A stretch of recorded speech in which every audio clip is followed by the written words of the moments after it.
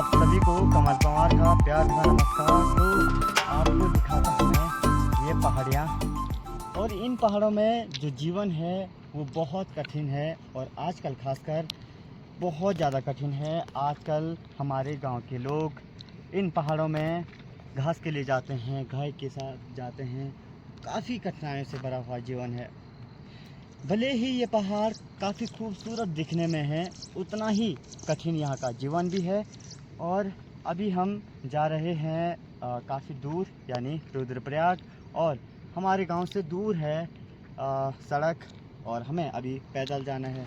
भले ही हमारा जीवन पहाड़ों में काफ़ी डिफ़िकल्ट है, और पहाड़ियाँ आप लोग कहते हैं ना बहुत सुंदर है, लेकिन यहाँ का जीवन बहुत कठिन है, बहुत ज़्यादा कठिन आजकल खासकर, क्योंकि यहाँ पे जंगली जानवरों का बहुत ज़्यादा खतरा होता है हमारे लोगों के लिए, और काफ़ी कठिनाई से भरा हुआ जीवन है हमारा पहाड़ों में।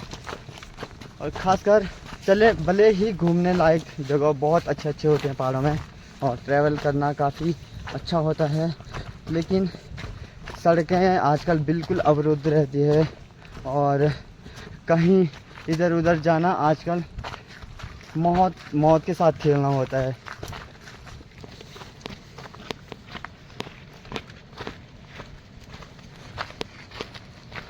पैदल मार्ग काफ़ी कठिनाई से भरा होता है, और बारिश तो यहाँ बिल्कुल रुकने का नाम नहीं ले रही है 2-4 दिनों से। और जैसे ही हम गाड़ी की रोड में यानी सड़क पे जाएंगे, और बीच बीच में हमें मिल जाएगा लैंडस्लाइड, और ऊपर पहाड़ियों से पत्थर गिरना और इत्यादि। काफ़ी सच में कहूँ तो बहुत ज़्यादा कठिनाई भरा हुआ जीवन है, युवाओं के लिए भी और हर किसी के लिए, लेकिन हमारे लिए और ज़्यादा, क्योंकि जब हम बाहर जाते हैं और एक जिम्मेदारी, एक आवश्यकता, एक हमारी जो अपॉर्चुनिटी होती हैं, वो आवश्यकताएं, इसी की पूर्ति के लिए हमें बाहर जाना पड़ता है, नौकरी जाना पड़ता है, और कैसा भी मौसम हो सड़क है, तो हमें रुकना नहीं पड़ता, हमें जाना ही जाना पड़ता है। वो सामने वाला किसी की नहीं सुनेगा कि आप कहाँ हो, किस मुसीबत में हो, उन्हें हमारी उपलब्धि वहाँ पे चाहिए होती है। काफ़ी बहुत ज़्यादा मुश्किल है। यहाँ से देख सकते हैं आप कुछ इस प्रकार का बिल्कुल अवरुद्ध हुआ रास्ता। उत्तराखंड में देवी देवताओं का वास है, और कण कण में यहाँ पे भगवान विराजते हैं। यूं ही नहीं, यहाँ देवभूमि कहलाता है। यहाँ पे माँ काली का मंदिर है, और इधर लंगूरों का भी झुंड है, लेकिन दिख नहीं रहा, सारे पेड़ में है। उधर देख सकते आप। अब यहाँ पे टच हो गया है, यानी हम पहुँच गए हैं मार्ग पे, सड़क पे, यानी गाड़ी की रोड पे। और यहाँ से कुछ ही दूरी पे अपनी यानी बाइक रखी हुई है, तो चलते हैं सीधे। ये नंदाकिनी नदी नंदा घुंघूटी पर्वत से आता हुआ कलकल करते हुए उसी के किनारे बसे हुए ये खूबसूरत गांव, और इन गांव के जीवन काफ़ी कठिनाइयों से भरा होता है। यह है मेरा खूबसूरत गांव नंदानगर के पास। बूरा गांव, तांगला गांव, गुलाड़ी, वादुक, सुतोल, पेरी, कनोल इत्यादि गांव इसमें बसे हुए हैं, और उसके आसपास भी और गांव हैं, जो पडेर गांव, रामणी, घूनी और वादुक हैं। ये रहा तांगला गांव का व्यू, अभी दिख नहीं रहा है। और अब चलते हैं सीधे, यहाँ पे रहती है हमारी वाहन। उसके बाद घर जाना, ठीक है ना, तुरंत घर जाना। यहाँ से आगे हमारा सफ़र शुरू हो जाता है रुद्रप्रयाग के लिए। एक सच्चे मित्र की निशानी वही होता है। देख सकते हैं आप, पीछे से मेरा दोस्त यानी डब्बू आ रहा है। ना जाने कहाँ तक ये थकेगा नहीं, रुकेगा नहीं, तो आगे चलते हैं। वो जहाँ तक चलेगा चलने देते हैं।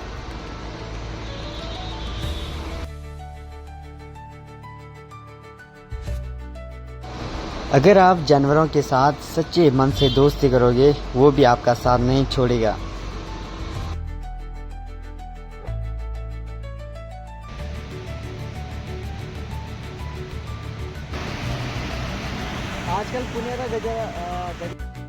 जो स्थित है पुनेरा नदी के तट पे। पानी एकदम साफ रहता है कितनी भी बारिश हो।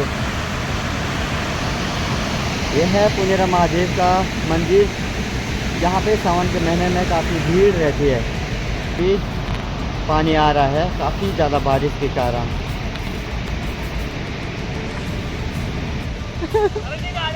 तो यहाँ पे चाचा जी भी है।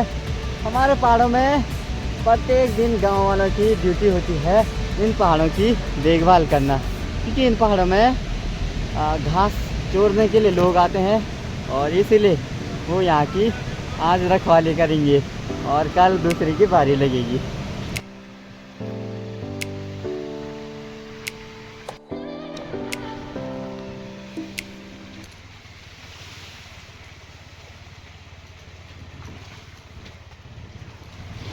इस बार और सालों से ज़्यादा ही नुकसान हमारे देवभूमि उत्तराखंड में हुआ है।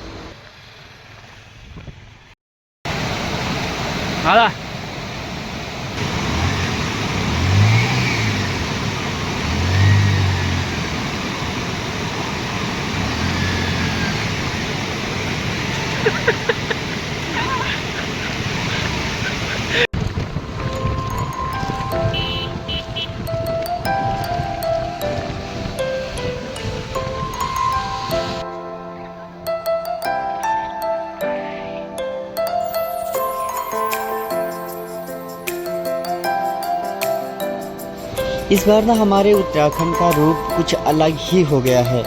जगह जगह बादल फटे हुए हैं, रास्ता बिल्कुल बंद है और कई नुकसान लोगों को हुआ है। क्या हुआ है इस बार इतना? हे प्रभु, लोगों के घर उजड़ गए, लोगों के कितना नुकसान हुआ है, भगवान बचाए। और ये नदी देख सकते हैं आप, कर्णप्रयाग में काफ़ी बड़ी नदी आई है जो पिंडर नदी है और यह पिंडारी ग्लेशियर बहुत बड़ी नदी।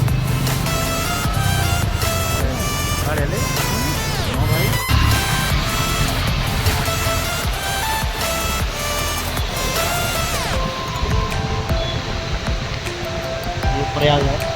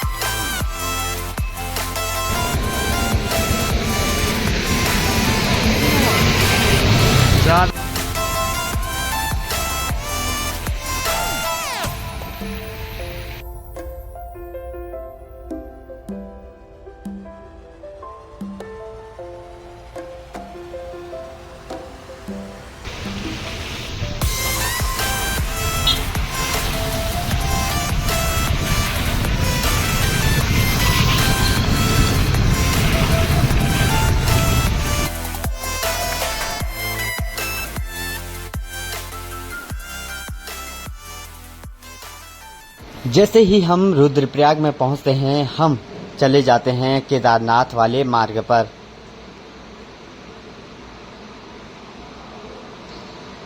कुछ ही दूरी पे अलकनंदा माँ नदी का प्रवाह हमें नजर आता है और जल का स्तर इतना बड़ा हो रखा था कि डरावना हो रखा था।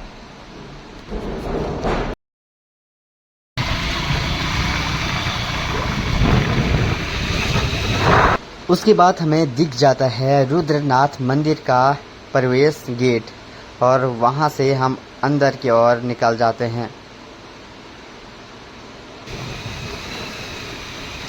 और एक छोटी सी संकरी हुई गली है और जहां से लगभग 200-300 मीटर आगे हमें मिलेगा रुद्रनाथ मंदिर।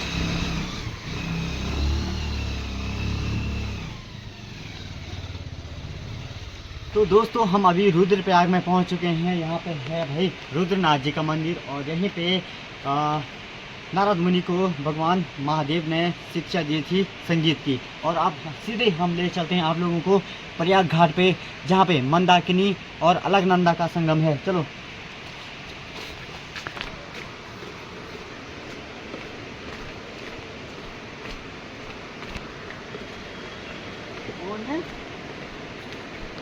तो देख सकते हैं आप कितना विकराल रूप है मंदाकिनी और अलकनंदा का। देख सकते हैं, ऐसा लग रहा है कि बिल्कुल ही पूरा बहा के ले जाएगी। इतना विकराल रूप मैं पहली बार देख रहा हूँ यहाँ का। बाप रे, हे भगवान, इतना बड़ा। ओ भाई साहब, यहाँ पे दो महान नदियों का संगम होता है, जो केदारनाथ से मंदाकिनी और अलकनंदा आती है बद्रीनाथ से। भाई साहब, भाई साहब, इतना बड़ा नदी। और भाई साहब,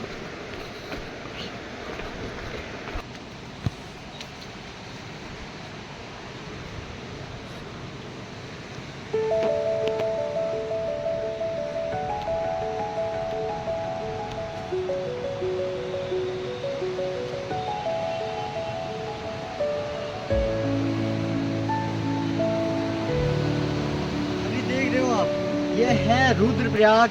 यहाँ पे अलकनंदा और मंदाकिनी नदी का संगम होता है। यहाँ से अलकनंदा का बहाव देख सकते हैं, कितना काला पानी आ रहा है। 2-3 दिनों से बारिश जम हो रही है, इसीलिए देख सकते हैं इतना विशाल नदी, इतना विशाल नदी, बहुत बड़ा। यहाँ पे ये आ रही है केदारनाथ से और ये आ रही है बद्रीनाथ से। देख सकते हैं बद्रीनाथ वाली नदी ज़्यादा ही काली हो रही है। ये ज़्यादा ही विशाल और विकराल रूप इसने रखा हुआ है। यह पंच प्रयागों में से चौथा प्रयाग रुद्रप्रयाग है और रुद्रप्रयाग का आज रूप बहुत ही रुद्र हो रखा है। रुद्रप्रयाग नाम महादेव के रुद्र अवतार से लिया गया है और प्रयाग यहाँ पे जो दो नदियों का संगम है, इसीलिए यहाँ पे रुद्र और प्रयाग मिला करके रुद्रप्रयाग रखा गया।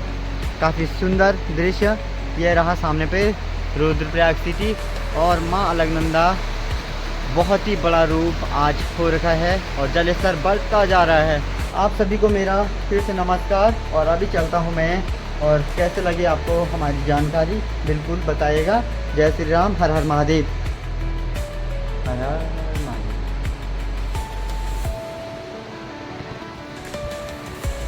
तो आपको कैसे लगी मेरी वीडियो आप ज़रूर बिल्कुल बताना। और यार हमें भी सपोर्ट कीजिए। हम बड़े यूट्यूबर तो नहीं, लेकिन हम छोटे मोटे यूट्यूबर हैं या कुछ भी कह सकते हैं। हम बनने की कोशिश करेंगे और आप हमें भी सपोर्ट कीजिएगा, और ताकि हमें भी उत्साह और प्रोत्साहन मिले वीडियो बनाने में।